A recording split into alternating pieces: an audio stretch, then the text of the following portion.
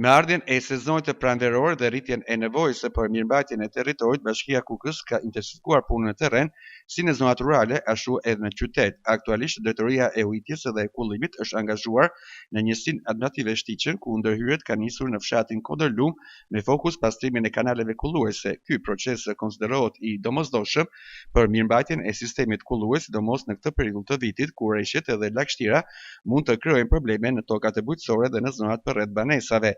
Punimet të synojnë përmirësimin e rrjedhjes së ujrave, shmangjen e bllokimeve dhe parandalimin e situatave problematike që mund të sjellin përmbytje apo dëmtime në sipërfaqet e mbjedhura.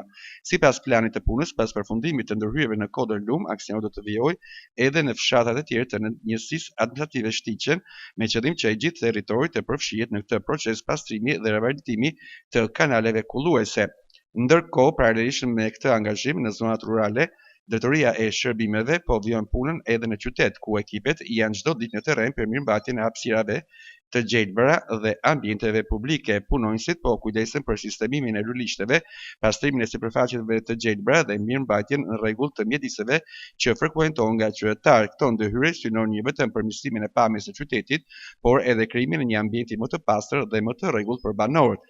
Në prag të stinës së ngrohtë, mirëmbajtja e gjelbërimit dhe infrastrukturës publike mbetet një nga prioritetet kryesore të shërbimeve vendore për t'i dhënë në qytetit një imazh më të kujdesshëm dhe mikpritës.